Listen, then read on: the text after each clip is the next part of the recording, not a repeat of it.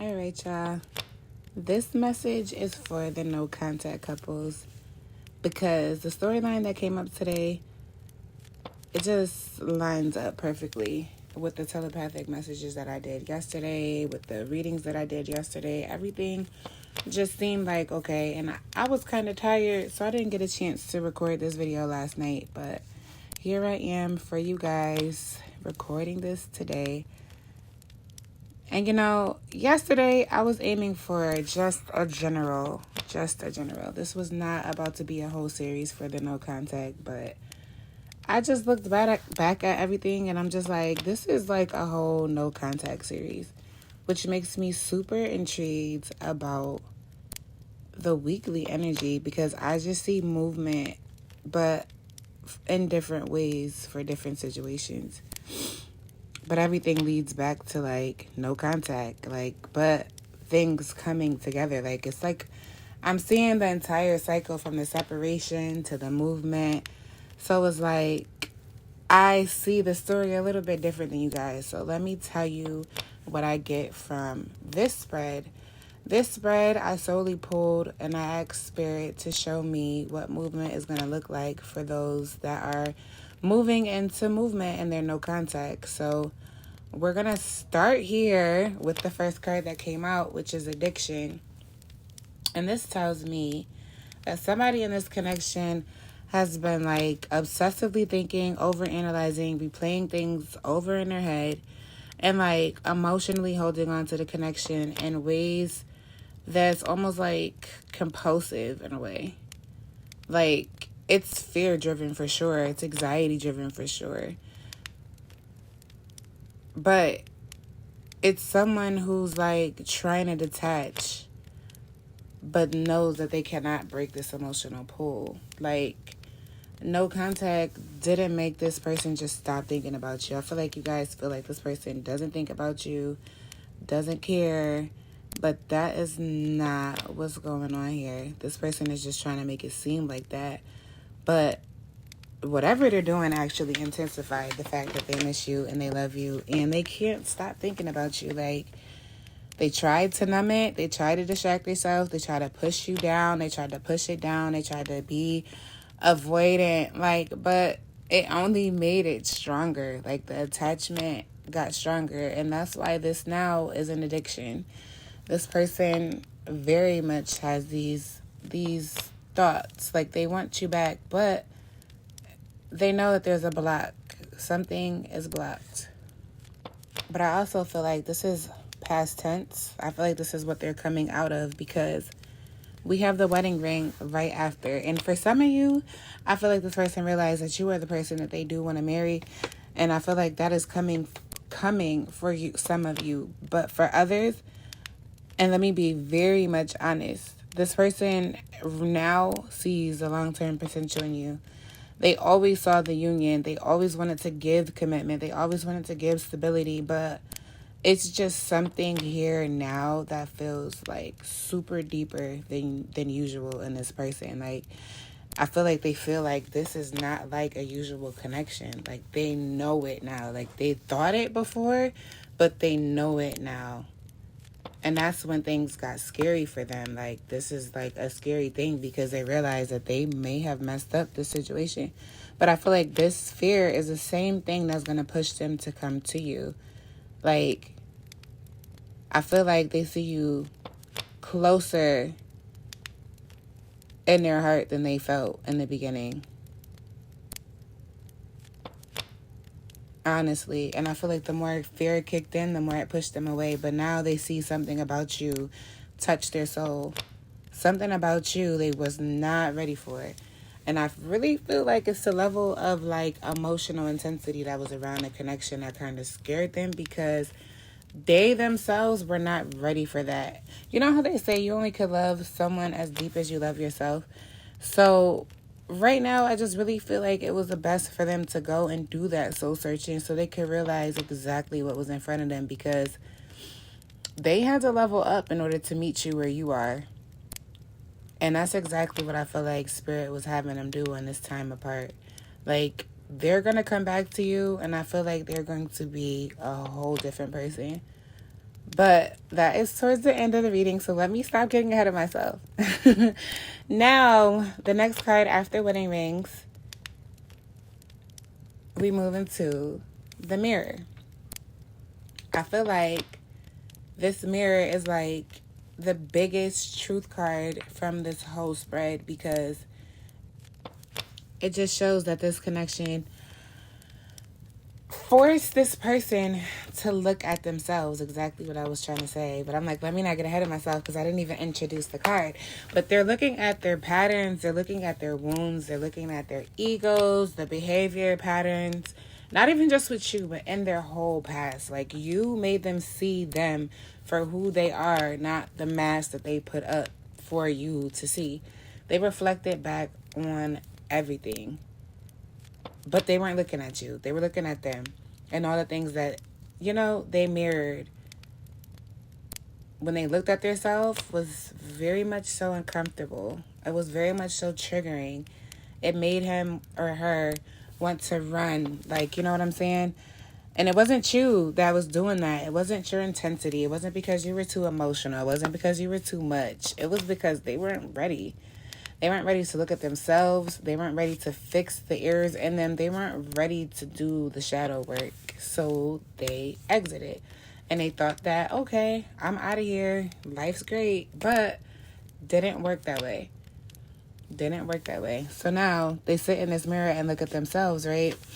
And this person, like, didn't pull away because they didn't have feelings. They're sitting in this mirror and they're looking at themselves and they're just like, this person literally activated healing, and I wasn't even ready for this healing. Like, they look at you, and I feel like they have great gratitude. And for that reason, I feel like the next card is here, date. For some of you, I feel like this means either you may have entertained somebody new, or they feel like you're flirting or you're dating, and not push them to a point where they're like, ew, I cannot let this happen. I cannot allow this person to get close to anybody else. I can't do it. I feel like sometimes the universe will send distractions. This could even be this person. They may have even started talking to somebody else thinking that, oh, I wouldn't miss this person, or I'm gonna find something easier, and then realize, like, it doesn't work that way. And I remember yesterday I was saying I feel like you guys were on two different paths, but it led to the same direction. This is the same thing here. Like, two separate paths. You could be with two different people, but you're going right back to each other. It's like the same thing here. It's like a karmic tie. Like, you guys, and I feel like it's not even just you doing this to them. I feel like they did this to you as well. Like, it's an awakening. You guys awoke. You guys awoke each other. You guys woke each other up. And this person is coming back. I feel like either they see you in a new connection, or they hear about you being in a new connection, and they're like, wait, what? Nah, I'm sorry, but I'm coming back, because what comes up after this is just like them saying, hey, I can't even be mad because, hey, the Grim Reaper appears. And whatever the situation was, either it was with you talking to someone else or them talking to someone else, it didn't work. It ended. It collapsed. It didn't satisfy either one of you guys emotionally. And it never would have compared to what you guys had. Like, whatever formed in the midst of you guys having no contact, there was no depth in the connection. There was no purpose in the connection. There was no soul ties in the connection. So Spirit shut that cycle down completely. But that was another karmic lesson. That wasn't anything to spite you, hurt you, make you deal with anything. That was a karmic lesson about replacement. And not everyone is replaceable. And not everybody gets a second chance. Like, you can't play with people and just think that you're going to go be great. And I feel like Spirit put that in each other's face. Not more so you, but that person, if this was you dating somebody else, to let them feel like, yo, this chapter is done, and just a little bit more mirror, just throwing a little bit more mirror at them. Like, look at yourself. Look what you did. Oh, look, you're mad about this, but look in this mirror, because it's you. You push this person away. And then after the Grim Reaper comes the snake. And this tells me that there's definitely an interference. It's a jealous person here. Someone that's showing up like a competitor. Someone who wants your person for themselves, or someone who is like influencing their decisions in some aspect. I feel like for some of you, this is an ex, and for some of you, this is someone who tried to like step in while you guys were in a connection, or someone that tried to step in knowing that you guys were in a vulnerable state in your connection.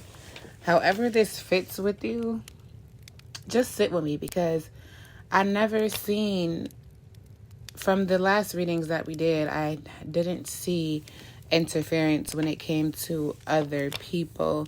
So it's just very much interesting that in the snake it says the other woman.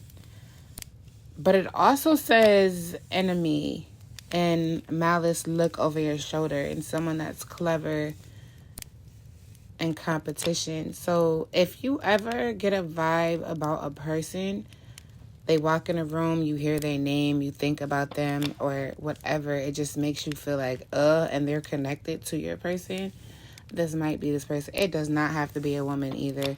This is just letting you know that there's another person in your situation that could be interfering in the situation. But however, I get the vibe that this is all past tense, and these are things that are leading your person back to you.